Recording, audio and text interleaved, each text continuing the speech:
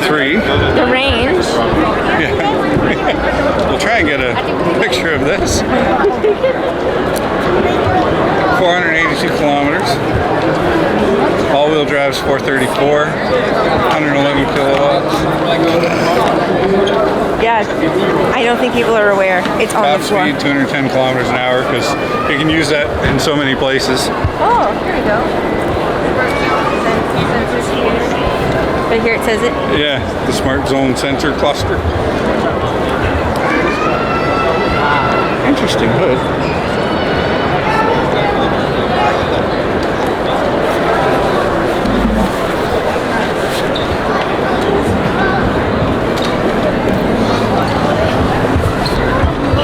So there's a tiny driver information screen, and then you've got the Tesla-like tablet in the center.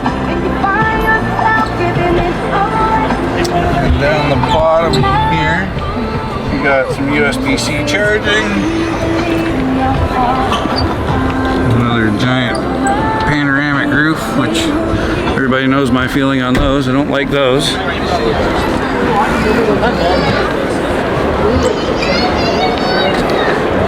It's almost like a RAV size in there. Yeah. But I mean, it's still Not decent legroom though. decent. I mean, And then your climate controls for the rear seats. I wouldn't want kids in here.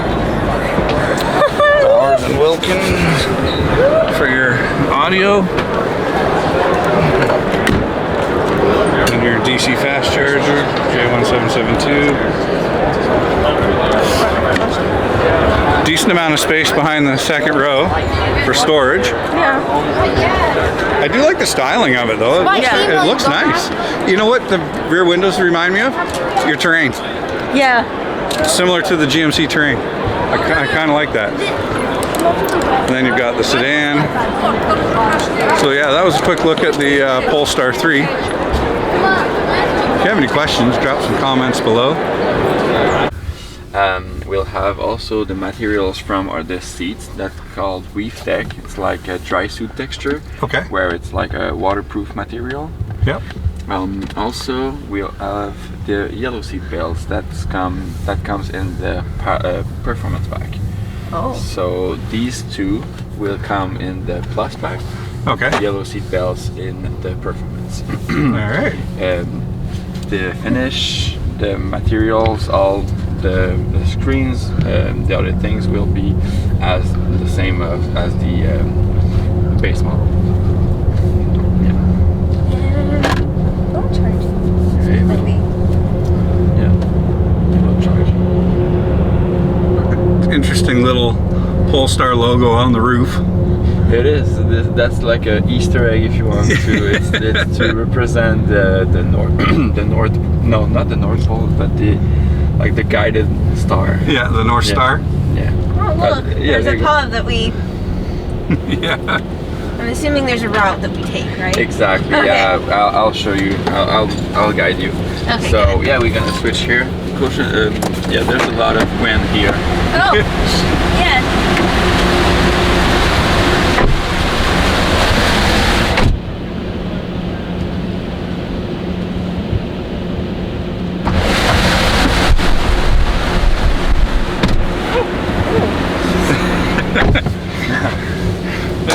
That's Actually, decent legroom in here. Yeah. I'm quite impressed with that. look at there it is. Do you need the seat to go higher? I need to go a little bit. So There you not go. gonna get, okay, so this. Yeah. Well, get comfy. I'm comfy now. Adjust the mirrors. Oh yes, that is. So on the door, left and Oh, right. good. You'll I'm have, glad they have that as. this is for the doors actually. Thank you. And just press on the R on or L. Oh. And then you have a little joystick to move. There you go. That works. Okay. Yeah. Oh, interesting. Okay. Okay. Cool. And then one last thing before we go. USB charging. When you see on the central screen here, the car logo will let you into like features that you can have. That you can enable and disable depending on your what you prefer. So steering feel, we can let that at standard. That won't affect our test drive. Really, at the frame, it's going to be just more precise, more like a sporty feel. But then standard is fine. One pedal drive, that's typical to electric cars. So that means when the setting is at standard, you won't have to press at all on the brakes.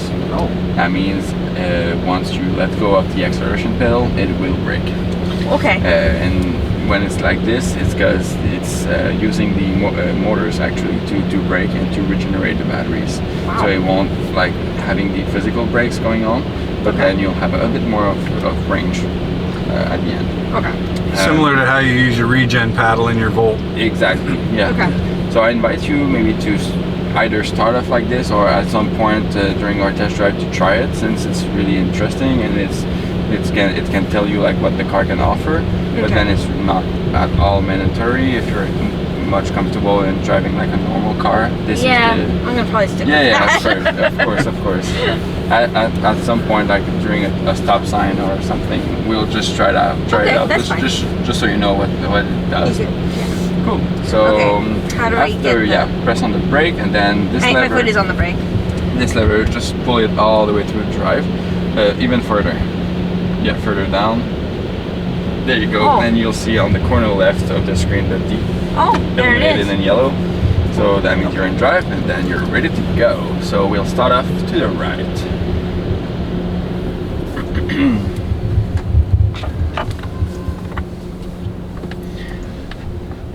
We'll turn right again on the at the light. It's a very quiet sound. Remove real quick my coat.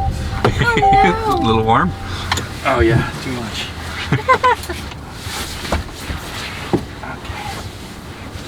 It was saying, oh my gosh, there's someone under the May I seatbelt. put it on? Yeah, absolutely. Thanks. There you go. Woo. Better.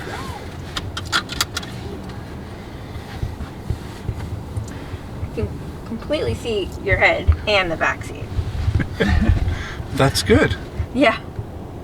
I still, even with how On your needs, of course, but then some people think it's a fair space for a family. You can stay on the center lane. Okay. Some of them saying that I'll just stay on the center here. Center? Yeah, because we're gonna go straight. Some people are thinking that it's too small for a family, but then again, you said that your stepson is 6'5". Yes. A guy that was 6'8", if I'm not mistaken, but he was like really bulky, right? And he fit in here? He couldn't even fit in the car. He could even with what's best for you. Yeah. We're turning right here, you said. Exactly. Okay. It's not a very loud clicker, which is nice. Funny thing about the turn signal is that they had a team going into a forest and record some cracking branch. Interesting. So this is a Cracking branch. This is a cracking branch. Huh. Yeah. Interesting. And even though we have 3 different ranges, like autonomy, right, on the cars, it all takes about 30 minutes to charge up the car. That's not bad. Yeah. So depending on the charging station, of course. Yeah. Then fast charge is that. You have a slow charge or like a normal convention, like normal charging station that you can have at home also. Yeah. It's taking around 8 hours. So Yeah, so our level 2 at home would be about an 8-hour charge from... Exactly. Level 2 is the 8-hour time. It takes 4 hours for my Volt, so it's not terrible. Is it? Yeah. But it's like a bit less. Yeah, it's a smaller battery pack. It's a smaller battery. Yeah. So. Yeah.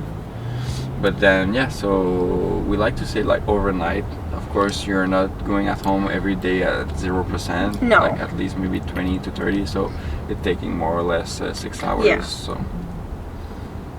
But that's pretty common numbers, like around the car, like electric car community. Yeah, and we were reading on your spec sheet there that it's 10 to 80% in about 23 minutes roughly. Yeah, exactly. That was for the Pulse. That was for the 3. I don't know if it's the same on the 2. Well, the 3s, the difference is that it's based on a 255 kilowatt. Oh, that's quick. Supercharge. That is quick. So that's why it's so quick. The Polestar 2 single motor can go up to 205 kilowatt of an hour. So that means it can charge up from 10 to 80 in 28 minutes. That's still not bad. And this one is 34 minutes, since it cannot go to up to 205. It can only go up to 150 kilowatts of That's still not an hour. That's still not too bad. Like most of the time when we drive places, if we're gonna stop and do something, we're gonna stop and have some dinner. We're gonna stop and look around places. So being plugged in and charged for 30 minutes is not a big deal. Exactly. Yeah. So some people are really complaining about the range and all, but I think it's just they're just not ready, right? Because for our day-to-day vehicle, electric cars are really good for that. I mean, when are you using to the right? When are you going to go like from day to day up to 400 kilometers, right? So you're always like going back at your home. It's like your safe space. So for day to day, it's good. When it comes to go up above the range, now it's going to get some used to adapt on and more planification, like planning on your routes and all. So. Well, and I'm sure the route, like the maps and stuff, just like most of them, they have, okay, you're going to need to stop here for X amount of time. Exactly. So, I mean, it's all planned into your route anyway. So it takes all the guesswork and everything out of the whole process. And it costs a fraction of the price, right? Yeah, absolutely. Yeah. Oh, it does. Because with the Volt per month, with the Hydro is $20. Yeah, we're like $25 a month to charge that thing. So I know. But at home, right? Yeah, at home. Because I'm from Montreal, and go Habs. My colleagues, one of my colleagues went with a Polestar from Montreal to here, and he had to charge the car, of course. But then he noticed that in Ontario, the price was two times or three times more higher than in Montreal. Yeah. In Montreal, for a level 2 station, it's always $1 an hour. Yeah. So, see, which is good. Yeah, it's really, really good. I mean, we plug it overnight. It costs $10, and it's still like it's just because we're paying also for like the parking space, right? Yeah. Because I don't have a charging station at home, and I won't go up at 3 a.m. to unplug the car. So no. We're gonna go straight. Yeah. And then turn. No, just go straight all the way down to Bremner. Okay. Yeah. I've been told that it's like around 68 cents a kilowatt, right? If I'm not mistaken. Right around 68 cents a kilowatt hour is what a lot of the Ontario, like the funded, like Charge Canada, like the Charge America kind of stations, and the Flow that's at all the en routes, same thing. It is. It's really expensive. Were you bouncing back there? Yeah, a little bit, but that's okay. Yeah, we found charging when we were in Florida, and it was 15 cents a kilowatt hour. Okay. It was 77 cents to charge the car. See, now now it's better. 15 is well, better. we wanted to walk around this town called Celebration, which is in the Disney. The town sound. Oh. Celebration, okay. And we're gonna walk around, so let's charge at the same time. Yeah, of course. And have lunch and all that stuff. So, yeah, when we were blown away at the cost. Yeah, well, even at the outlets, it was. Oh, that dog. It was still less than $2 to charge at the outlet mall. Having a good time. Spoiled.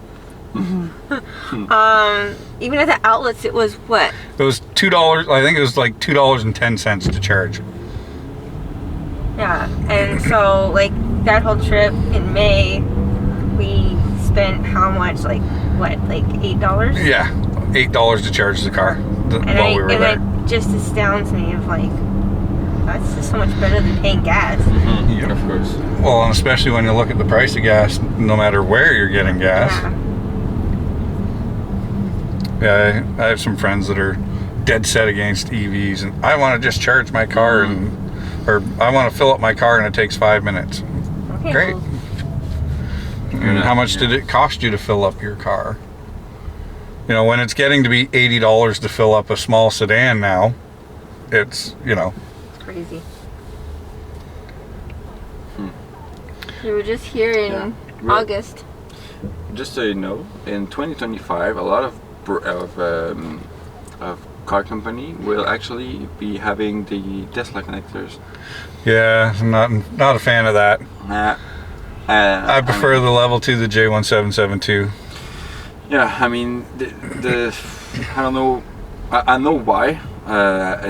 It seems like a bit in a rush, like having to go through to Tesla, but then they're having so much like network, and that their networks are of charging stations are so like much better than the like government's ones. Well, the one in London, there's only one supercharging network in London, and it's just off the 401 at a McDonald's parking lot.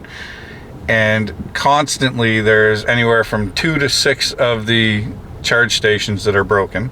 Oh. And it is the only one. So in London, there is, I think there's 500 or 600 total charging stations within London. All but those 12 are J1772 or fast charge, DC fast charge. So I mean, where we live, the charging network infrastructure far outnumbers the Tesla, like by 10 to 1. I don't really want to So- go off the intersection. Other than those people that will have a level 2 charger at their house, but that that is not too many of them.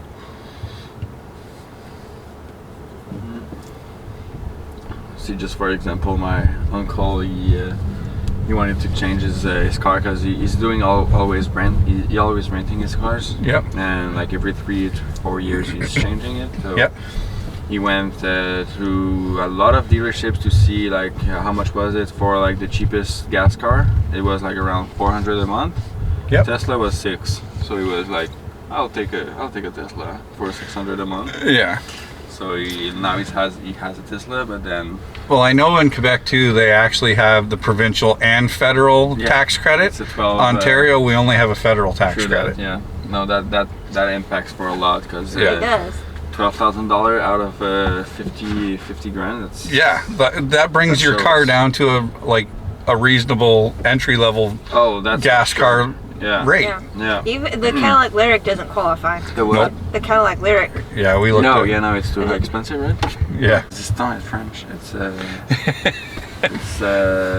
durable. Like it's really a durable product. They've tested it in a way that they boiled the product for like I don't know how many hours, but it was way too much hours in a boiling tank. Removed it and it was still intact. So that's good. Yeah, but then it's eco-friendly at the same time. So that's nice to have like a new kind of technology like this. Yeah. And you've talked about batteries. I'm not too specific into like the materials and all, but I know that they're using cobalt also. Yep. So yeah. And it's funny because people complaining about cobalt in the production of EV batteries, a lot of them don't realize that cobalt is also used in the refining of oil to make gas, to make regular unleaded fuel, and a lot of people overlook that fact. So I mean, cobalt is still being used to basically create petrol for your regular car, for your Honda Civic or your Escalade or whatever the heck you happen to be driving. So yeah, now the new technologies that are coming forth with the battery stuff though, like the sodium, I mean, you can refine the sodium out of salt water. True. To, you know, that is fully renewable. One of the largest salt mines in the world is right here in Ontario, in Godrich, Ontario. Oh yeah. I mean, so it's not like there's a shortage of salt to make sodium-based batteries. So a new technology that I'm eager to see where it will go is the you know, the Mirai from Toyota. yep. What's the energy that it's using? It's hydrogen. Yeah, the hydrogen fuel cell. Yeah, GM and Honda are working on one together as that's well. so nice. Just stay on the left lane so that we can avoid like this little Okay. traffic there. Well, I'm gonna wait for that person to go Yeah. and that person to go. But you want me to go wide? Yeah. Well, just the left lane there Okay. to after skip all this, and then at the entrance of the south loading dock. Okay, where with the that bus. Yeah. We're gonna go like all the way to the right. I don't know if they're letting. Just Okay. go in front of Okay. them. The officer's not allowing them in. So yeah, keep the right at the entrance there. And then we'll switch driver again. I'm gonna give you a little bit more room over there. Thanks. That's perfect. Parked? Just press on the P button. Oh. Yep. Yep, Oh, that's okay. It's like in the lyric, you have to push the P for park.